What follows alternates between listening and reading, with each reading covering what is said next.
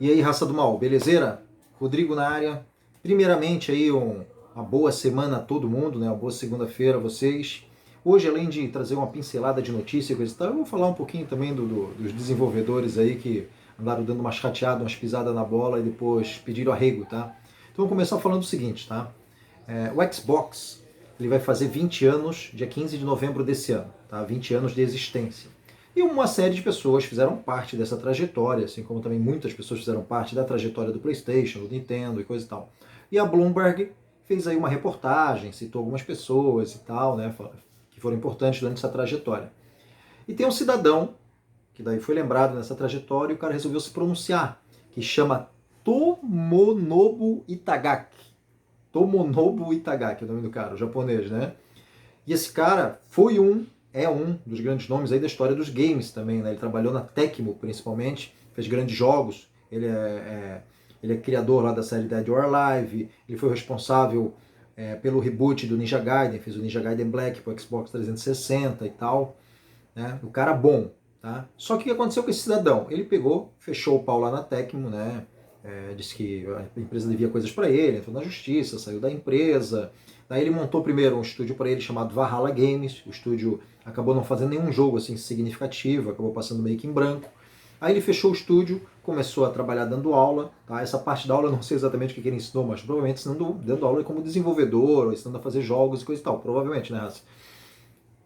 E agora, recentemente, ele montou um novo estúdio para ele, chamado Itagaki Games. Tá? E daí o seguinte, ele aproveitou que tem essa deixa do aniversário do Xbox, que o pessoal mencionou ele nessa reportagem que ele foi alguém importante no papel, ele sabe que a Microsoft está adquirindo estúdios, né, ao redor do mundo e coisa e tal, e que a Microsoft tem vontade de adquirir também estúdios japoneses. Por quê? Porque os japoneses são muito nacionalistas, cara. Então o Xbox não vende no Japão, vende muito... Nintendo é absurdo, depois vem o PlayStation, depois o Xbox, pô, vende nada lá. Então ele quer comprar estúdios japoneses para melhorar a imagem do Xbox no Japão e coisa e tal. E o estúdio, obviamente, desse Tomonobu Itagaki é um estúdio japonês.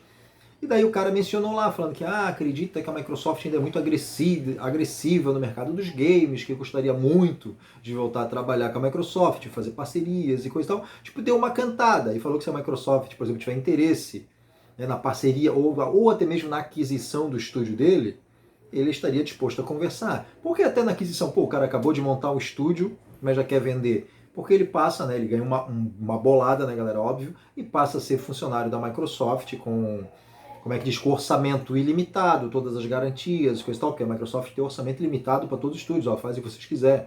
Né? O cara continua tendo liberdade criativa, então, porra, negócio da China, né? Ou nesse caso, o negócio do Japão, né, cara? Então o cara se manifestou. Mas fica aí a puxada de orelha, né, cara? O cara saiu de uma empresa, né, grande da Tecmo, foi montar o estudo dele, não deu certo. Ou seja, o mundo deu várias voltas e o cara agora tá voltando aí, né, pedindo pinico, como a gente chama, né? Outro cara que pediu pinico, eu lembrei quando eu vi dessa história. Essa história do Itagaki até é da semana passada, tá? Mas eu trouxe porque daí me lembrou esse outro caso. Tem um caso interessante também para falar para vocês, que é outro cara que também aconteceu mais ou menos isso aí, que é o Cliff Bleszinski. Esse cara trabalhava na Epic Games, tá? Ele é um dos responsáveis ali pela criação da série Gears of War, do Xbox. Então o cara manja pra caramba. E o que o cara fez? O cara saiu da Epic, né? Aí montou um estúdio independente para ele chamado Boss K. Tá? O estúdio, galera, parecia ter muito potencial. Eles fizeram um jogo chamado Lawbreakers, que é até esse jogo aí que tá passando aí no meu PC, Lawbreakers. Cara, o jogo, pra mim, visualmente olhando ali, o jogo é exclusivo do Play 4, tá? Parece um jogo muito legal, muita qualidade. O jogo tem um baita gráfico, é um jogo ali no estilo Dark Watch, Overwatch, daquele que você escolhe o herói, né, e rola um multiplayer muito louco e tal. Só que visual muito melhor que o Overwatch e coisa e tal.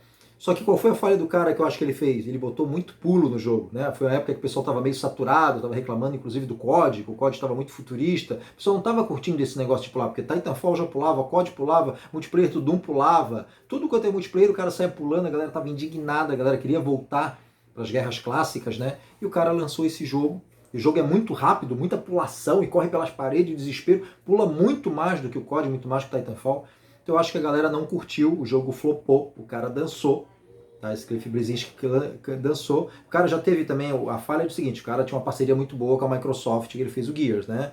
Então o cara tinha que pegar esse jogo, já que o estúdio dele é independente, e lançar para as duas plataformas, por exemplo, né? Não, lançou só para o PlayStation 4, né? Arriscou. Aí quer dizer, pô, Flowpoker era um jogo de uma plataforma só, quanto mais plataformas tivesse, mais fácil dele vender, né?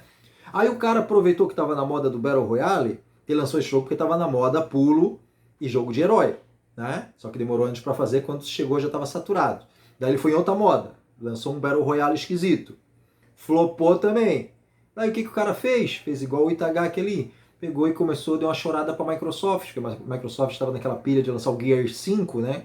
Aí esse cara veio e falou, pô, gostaria muito de voltar a trabalhar em Gears, porque não sei o quê, porque foi um jogo que me marcou. Só que daí a Microsoft falou, pô, valeu, cara, obrigado aí pela lembrança e tal, né? Boa sorte para ti, e não rolou. Então, para vocês verem como o mercado dos games dá uma guinada, né, raça? Para fechar com a notícia boa, já que eu tô falando a notícia dos dois caras aí, tomara que ambos se dêem muito bem, tá? Não tô torcendo mal de ninguém. Os dois caras têm muito talento, ambos, porra, dois caras top no mundo dos games. Jogo de graça, que eu acho que isso é o que mais interessa. Deixei pro finalzinho para você ver até o final, tá? Deixa aquele like, raça, não esquece antes de eu falar do jogo de graça. Ativa o sininho, cada vez que eu mandar um vídeo chegar para você, tá? Qual que é o jogo de graça que vai chegar? É um jogo chamado Bullet View. Raça, é um jogo de um estúdio indie chamado Nova, ou Nowa, não sei porque é com W, né? O N-O-W-W-A, estúdio independente. E esse jogo ele tem um visual cartoon, ele vai ser um multiplayer, free to play, é um TPS, né? Um jogo de tiro em terceira pessoa, com elementos de parkour também, de você correr pelas paredes, sobe, pula, não sei o que. O jogo vai ter modos, esse jogo aí vai ter modos, né, diferentes, vai ter Team Deathmatch, vai ter Battle Royale, vai ter um monte de modo diferente para agradar gregos e baianos, né, gregos e troianos, para agradar todo mundo. O jogo parece que já tem um beta aí e tal, e o jogo tá para lançar logo logo, graça. Já sai em fevereiro ou março desse ano, segundo o site oficial, tá? Eu olhei no site oficial, até pelo seguinte, porque eu vi um bicho do Xbox falando dele. Daí eu, pô, será que é exclusivo? Será que é multiplataforma? E fui lá ver. E até ficou meio esquisito, só que dá para o cara presumir a resposta, né? Que o cara falou que vinha pro Xbox One, por exemplo. Daí eu fui ver, porque hoje em dia os jogos estão vindo muito pensando na nova geração. Daí eu fui lá ver para quais plataformas sair. No site fala o seguinte, sai para tudo no site, né? Ele fala em... Na verdade ele falou só nos videogames da nova geração, né? No caso do Xbox e do PlayStation, falou Play 5, Xbox Series X, Nintendo Switch, Android, iOS e PC. Ele não citou nem PlayStation 4 nem Xbox One.